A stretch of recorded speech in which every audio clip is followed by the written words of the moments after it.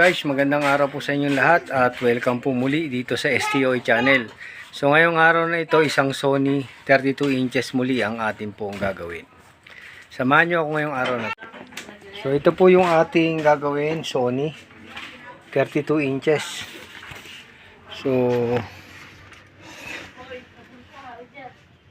So ayan po ang kanyang model.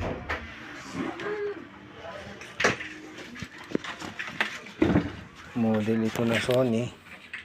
And then check natin kung ano po ang sira nitong TV na ito.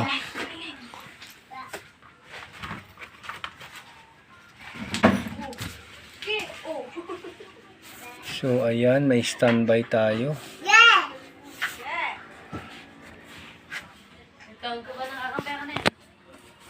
Then, so ayan, at lumalabas ang logo.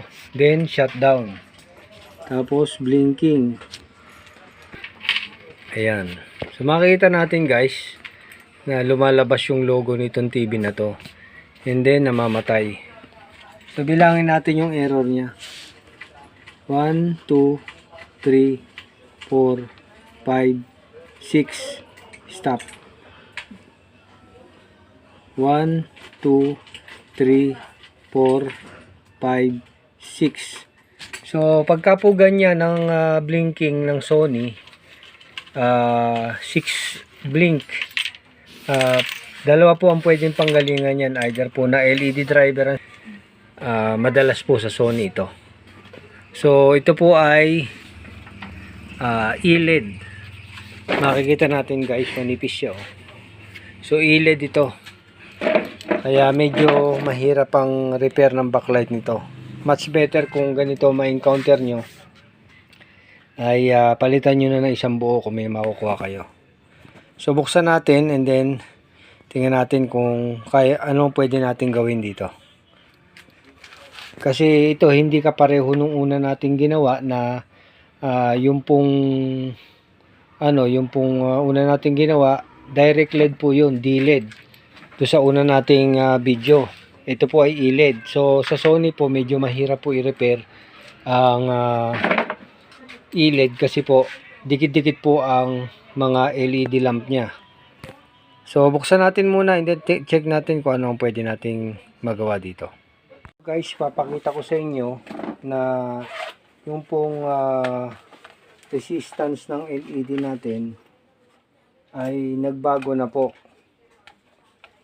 Kasi sensitive po ang mga Sony, kaya pagka nagbago ang resistance ng backlight, although na gumagana pa po ito, magsha-shutdown na po siya. Yan po ang disadvantage ng Sony na TV. Masyado pong sensitive ang kanyang mga circuit, kaya po konting problema lang, isa-shutdown niya po yung power.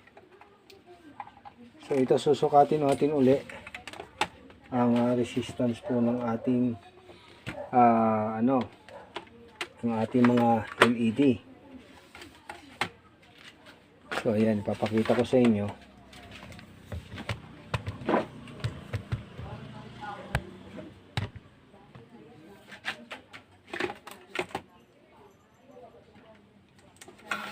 Dito siguro mas kita.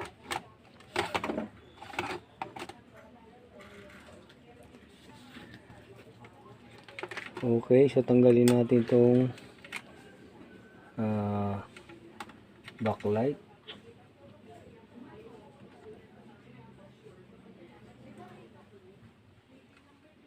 Ayan, 41.0.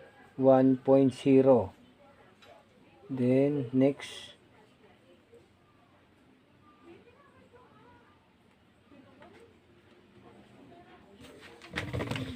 medyo mahirap siyang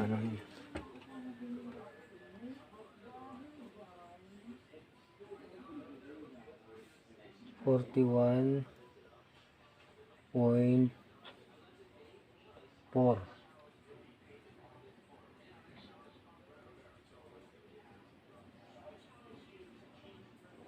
41.2.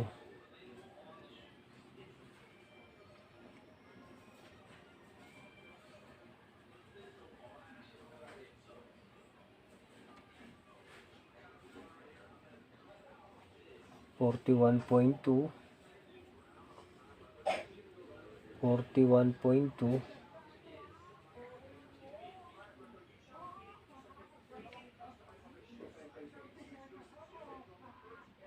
0.1.3. So, meron pong siyang difference na 0.01 volts. Ang Sony po kasi, pagka nagkaroon po ng difference na 0.01 ang voltahe, magsha-shutdown na po ito. Ganun po siya, nag-e-error po kagad siya. Kasi ibig sabihin yung ating mga LED ng backlight ay nagbago na po ang resistance. So, ito at nabuksan na natin tong Sony. So makikita natin, ayan po yung kanyang backlight nasa gilid. So edge light ito. Parang wala namang punde. Pero anyway, so i-check natin to isa-isa kung may problema. So tatanggalin natin to guys at i-check natin. So ito guys, at ibinalik na natin uli yung inassemble na natin uli itong TV kasi nakita natin na yung kanyang backlight ay hindi pa naman po sira. So anong nangyari, chinek natin siya, nakita nyo kanina, chinek natin yung backlight, then lahat ng chinek po natin yung mga ilaw. So wala po tayong nakitang defective doon sa mga ilaw. Pero ang napansin ko dito, hindi ko lang po na-videohan kanina, is yung po resistance ng mga wire natin o yung resistance ng mga LED natin is nagbago na. So yun po ang nakita kong dahilan kung bakit po nagkakaroon po ng error itong ating LED driver, na nagiging dahilan kung bakit po nagsha-shutdown yung ating LED driver, and then nagsisend siya ng error dito sa ating microcontroller o dito sa ating mainboard, kaya po namamatay yung power. So ang gagawin po natin dito, dahil nga po sa yung pong resistance ng ating LED ay nagbago na, so para mabuhay to, kailangan po nating i-modify ng konti yung circuit. So ang ginagawa ko ng solusyon dito, sana umepekto dito sa ating, ang gagawing dito sa ating TV ngayon, ay minomodify ko ng konti yung circuit para po mawala yung error. Okay, so ang gagawin natin dito guys, since na ito po, meron po kasi itong apat na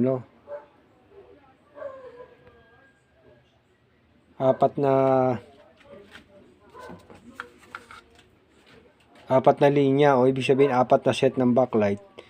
Kaya po kung makikita nyo rito, ayan tatlo po pala ito, tatlong wire, tatlong set ng backlight. So ang gagawin natin ay i-jumper po natin itong lahat ng ground niya, kasi ito po, nandito po yung positive niyan ayan, nandito ang positive, and then ang ground niya po ito, 1, 2, 3, 4. So short po natin ito, and then titingnan natin kung mabubuhay na po yung ating backlight. So sa ilalim guys, ito nilagyan ko na po ng hinang. Ito pong tatlo na ito o itong apat na ito, short natin, and then tingnan natin kung mag-o-okay na po yung ating TV. So ito guys, gagamit po lang tayo ng magnetic wire at atin pong jajamperan.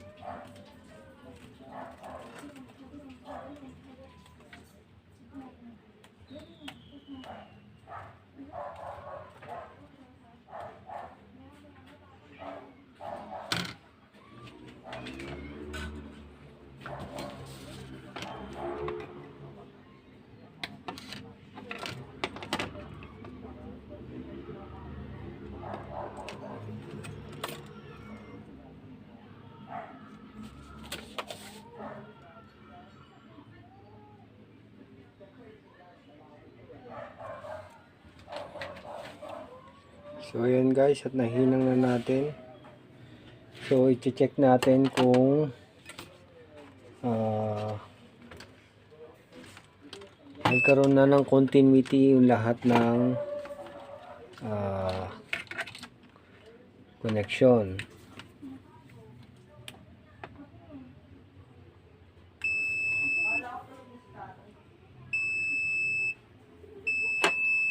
Dito sa ibabaw, check natin.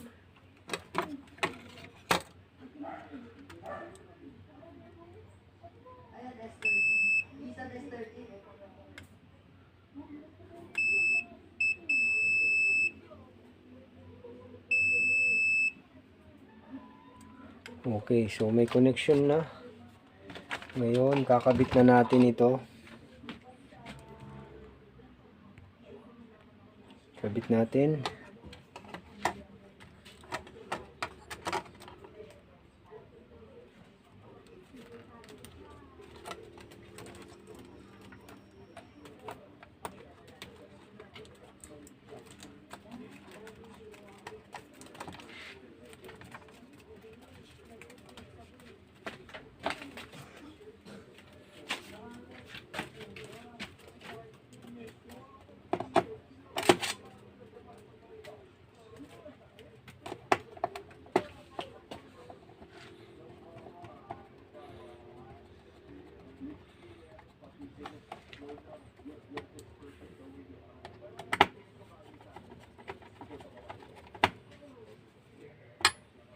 Then,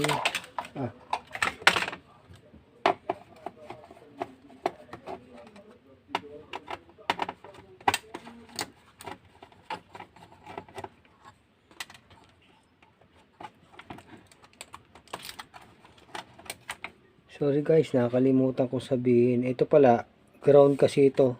So, mas maganda, lagyan po natin ng spacer. So, gamit lang tayo ng double adhesive tape. Dikitan natin. Yan.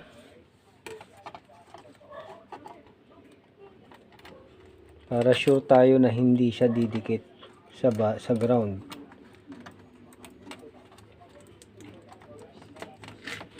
Kasi yung negative ng backlight natin is konektado rito sa IC na ito. Baka masira yung IC. So, para maiwasan natin yon, kailangan natin na lagyan siya ng insulation. So ayan, so itatry natin. Okay. So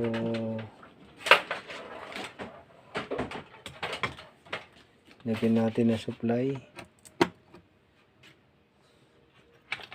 And then plug natin. Then power on.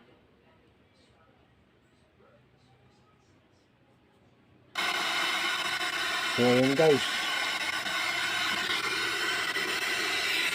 At hindi na po siya namamatay.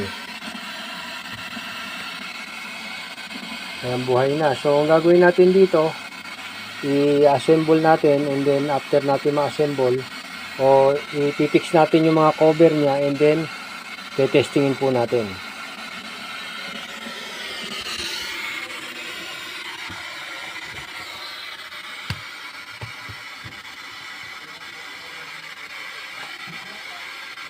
Patayin muna natin. And then kabit natin yung cover.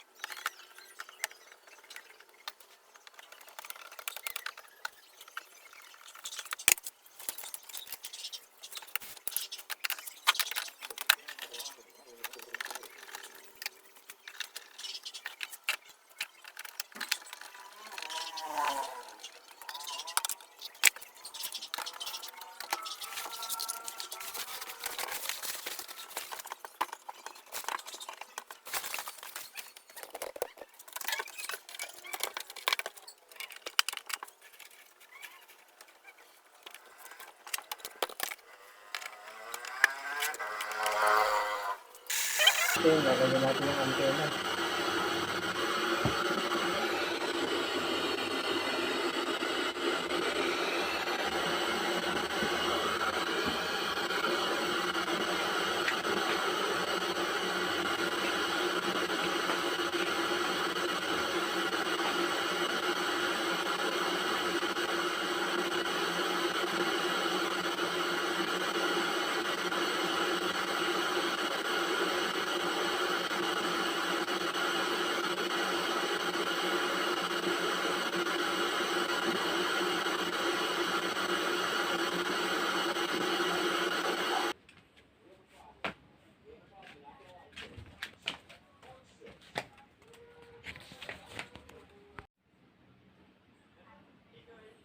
So ayan guys, at okay na yung ating TV.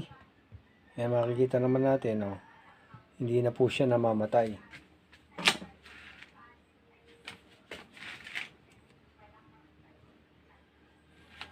At successful ang ating ginawang pagre-repair ngayong araw na ito.